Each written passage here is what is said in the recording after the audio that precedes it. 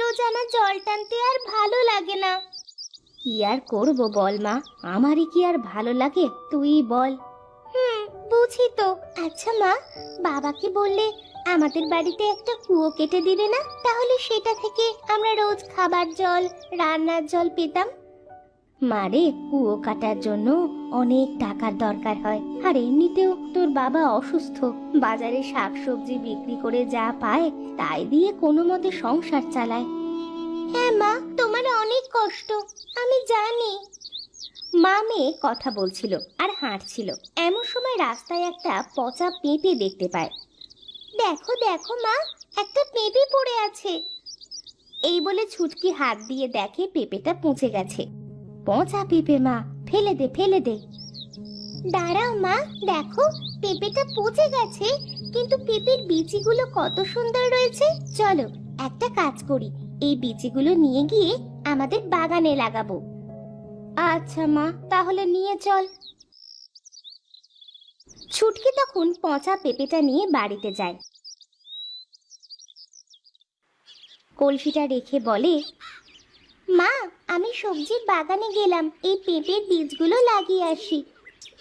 আচ্ছা মা, যা, আর শোন, বীজগুলো লাগিয়ে সুন্দর করে জল দিয়ে আসিস। ঠিক আছে মা।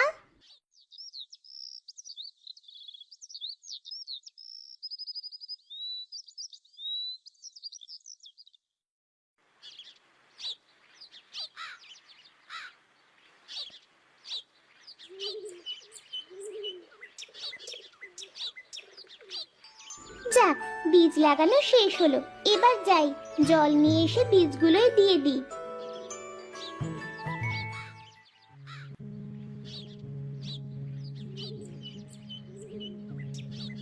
ছুটকি তখন জল নিয়ে এসে সুন্দর করে প্রতিটা বীজ লাগানোর জায়গায় দিয়ে দেয়। ইস, সকাল থেকে কাজ করতে করতে বড্ড ক্ষুধা লেগে গেল যে, যাই গিয়ে মাকে বলি।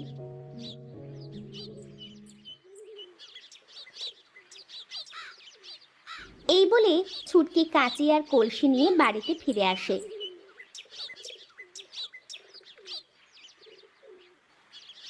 কলসি আর কাঁচি রেখে ঘরে যায়।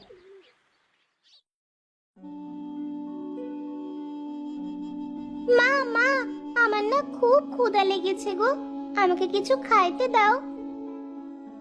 মা ছুটকি, এসেছিস? আয় মা, আমার কাছে আয়। হ্যাঁ বাবা, বলো, কিছু কি লাগবে? না মা, শুনলাম পেঁপে গাছের বীজ নিয়ে এলি। হ্যাঁ বাবা, সেগুলো সুন্দর করে লাগিয়ে জল দিয়ে আসলাম। তা বেশ ভালো করেছিস, আমাদের সবজির বাগানে তো আর পেঁপে গাছ ছিল না। এমন সময় শ্যামলী সেখানে ভাত নিয়ে আসে। এই নাও, তোমরা একসাথে বসে খেয়ে নাও, আমার আবার সবজি নিয়ে বাজারে যাইতে হবে। মা, আজ আমিও তোমার সাথে সবজি বিক্রি করতে যাব। না মা, তুই বাড়িতে থাকিস, তোর বাবাকে দেখে রাখবি আর সবজির বাগানে গিয়ে জল দিবি। আচ্ছা মা। কই, উঠে এসো, ভাত খেয়ে যাও। এরপর তারা একসাথে খাবার খেতে বসে। কেন যে উপরওয়ালা আমার এত বড় অসুখ দিল, আর তোমাদের এত কষ্ট বা কেন করতে হচ্ছে? হায় বিধাতা, আমাদের একটু সাহায্য করো। বাবা, তুমি এত চিন্তা করো না, ওপরওয়ালা যা করে ভালোর জন্যই করে। হ্যাঁ গো, ছুটকি তো ঠিকই বলেছে, তুমি চিন্তা করো না, ওপরওয়ালা চাইলে তুমি আবার সুস্থ হয়ে উঠতে পারবে। আচ্ছা ছুটকি, শোন মা, খাওয়া শেষ হলে থালা বাটিগুলো গুছিয়ে রাখিস, আমি গেলাম।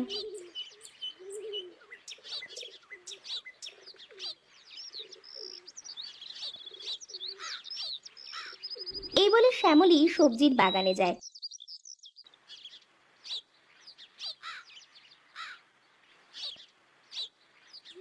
আর সেখান থেকে কিছু সবজি কেটে বাজারে বিক্রি করতে যায়।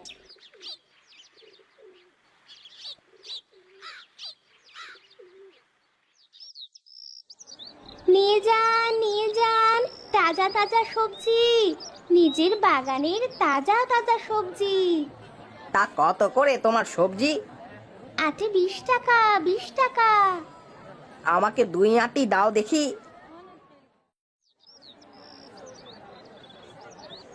শ্যামলী লালুকে 2 আঁটি সবজি দেয় আর লালু টাকা দিয়ে সেখান থেকে চলে যায়।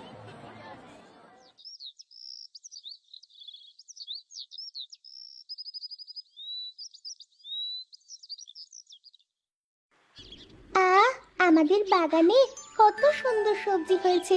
এবার মাকে বলবো সবজি বিক্রি করে আমার জন্য নতুন জামা কিনে দিতে।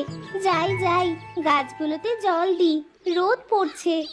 এই বলে ছুটকি সবজির বাগানে জল দিতে শুরু করে।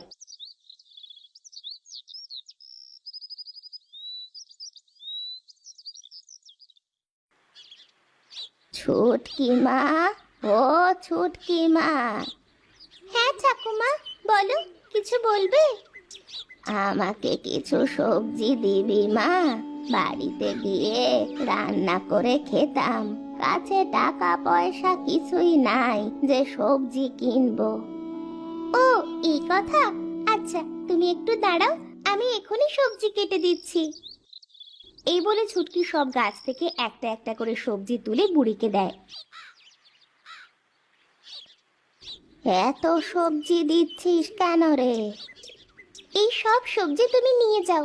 সবগুলো তাজা তাজা সবজি, বেশ কয়েকদিন রেখে খেতে পারবে। তোমার মঙ্গল হোক মা। এই বলে বুড়ি সেখান থেকে চলে যায়।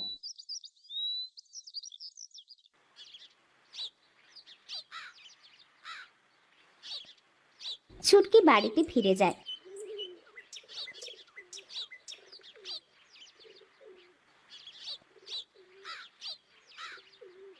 হঠাৎ রাতে ঝড় বৃষ্টি শুরু হয়। কি রে মা, হঠাৎ করে এত ঝড় বৃষ্টি শুরু হলো যে? হ্যাঁ মা, তাই তো দেখছি। সবজির বাগানে যদি কোনো ক্ষয়ক্ষতি হয় তাহলে তো আমরা বড় বিপদে পড়ে যাব না। চিন্তা করো না মা, ওপরওয়ালা আমাদের কপালে যা লিখে রেখেছেন তাই হবে। এটা কেউ আটকে রাখতে পারবে না। চল মা, ঘরে চল। শ্যামলী আর ছুটকি ঘরে চলে যায়।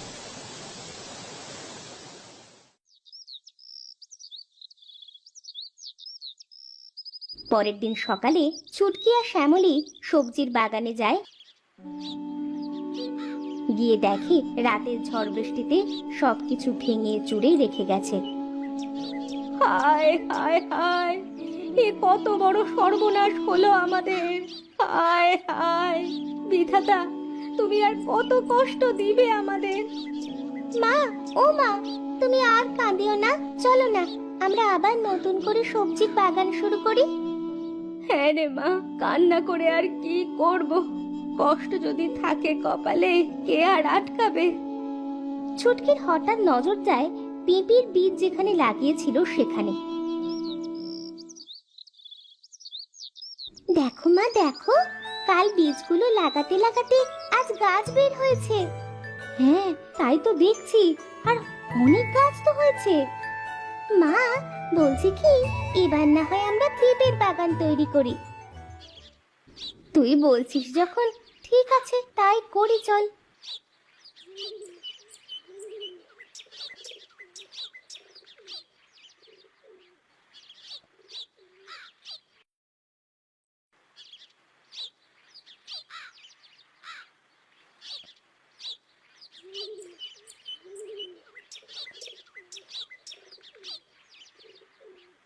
এরপর থেকে শ্যামলী আর ছুটকি পেঁপে গাছের যত্ন নিতে শুরু করলো।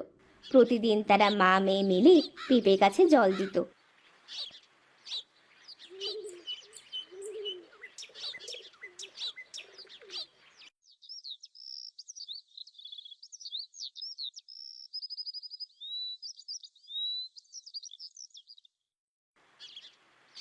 দেখতে দেখতে তাদের পেঁপে গাছ বড় হয়ে যায় আর তাতে ফুলও আসে।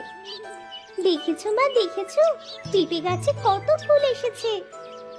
হ্যাঁ রে মা, তাই তো দেখছি। কিন্তু ছুটকি, তুই একটা জিনিস লক্ষ্য করেছিস? দেখ, ওই গাছটা দেখতে একটা অন্যরকম ফুল নাই, কিন্তু ফল ধরে আছে। হ্যাঁ, তাই তো দেখছি মা। আচ্ছা মা, ওইসব বাদ দাও, এখন চলো, খুব ক্ষুধা লেগেছে। ছুটকি আর শ্যামলী বাড়িতে ফিরে যায়।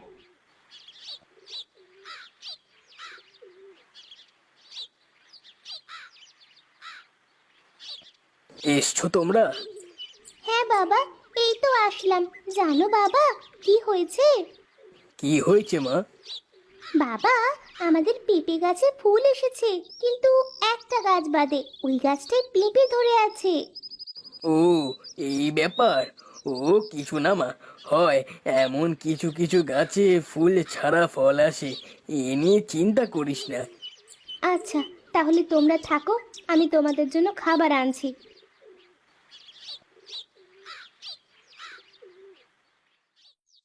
শ্যামলী ছুটকি আর মিলনের জন্য খাবার নিয়ে আসে। তারপর তারা একসাথে খায়।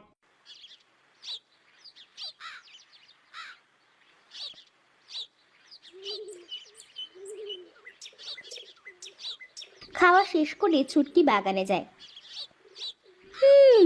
এটা কেমন করে সম্ভব? ফুল ছাড়া ফল হয়? ছুটকি মা, ও ছুটকি মা। ও বুড়িমা, তুমি? তা আজও কি সবজি লাগবে? কিন্তু আমাদের সবজির ক্ষেত যে নষ্ট হয়ে গেছে ঝড় বৃষ্টিতে। আমি সবজি নিতে আসি নাই আজ, আজ তোমাকে কিছু বলতে এসেছি। হ্যাঁ বুড়িমা, বলো। তুমি চিন্তা করছো যা নিয়ে, তা হলো ফুল ছাড়া ফল হলো কেমন করে। এই কথা তুমি জানলে কেমন করে? আমি সব জানি, সব। আমি যে মন পড়তে পারি রে মা। শোন, ওই গাছের ফল তুই তোর বাবাকে পাটায় বেটে খাওয়ালে তোর বাবা সুস্থ হয়ে উঠবে।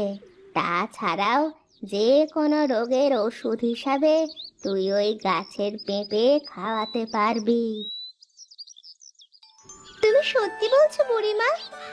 আরে হ্যাঁ, আমি সত্যি বলছি। আর বাকিগুলো গাছের ফল বাজারে বিক্রি করে তোদের সংসার চালাবি। তুই অনেক ভালো মনের মানুষ, তাই আমি চাই তুই সব সময় সকলের সাহায্য করবি। ঠিক আছে বুড়িমা, তাহলে আমি এখন আসি, বিদায়। এই বলে বুড়ি সেখান থেকে অদৃশ্য হয়ে যায়।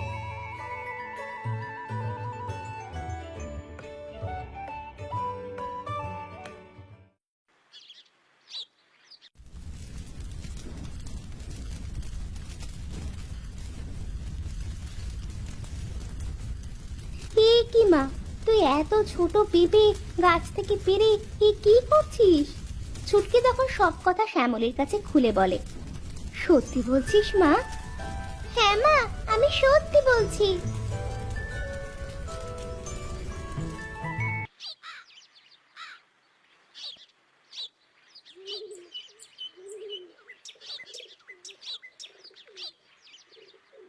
বউ, বউ দেখো, আমি সুস্থ হয়ে গেছি। আমার এখন আর কোনো খারাপ লাগছে না। হ্যাঁ, তাই তো দেখছি। এই সব হয়েছে আমাদের ছুটকির পেঁপে গাছের জন্য। হ্যাঁ মা, এখন থেকে আমি গ্রামের সকলকে সাহায্য করব। আর বাবা, তুমিও আমার কাজে সাহায্য করবে। হ্যাঁ মা, করবো মানে কি, করতেই হবে। উপরওয়ালা এতদিনে আমাদের মুখের দিকে তাকিয়েছে। এরপর থেকে গ্রামের কেউ যদি কোনো অসুস্থ হয়ে পড়ে, তাহলে তারা ডাক্তারের কাছে না গিয়ে ছুটকির কাছে যেত। ছুটকি তার পেঁপে গাছ থেকে পেঁপে পেড়ে তার ওষুধ তৈরি করে দিতে শুরু করে। ছুটকির ওষুধ খেয়ে সকলে সুস্থ হতে থাকে। আর বাকিগুলো গাছ থেকে পেঁপে পেড়ে মিলন বাজারে বিক্রি করত। বিক্রি করে যা টাকা পেত তাই দিয়ে সংসার চালাতে শুরু করে।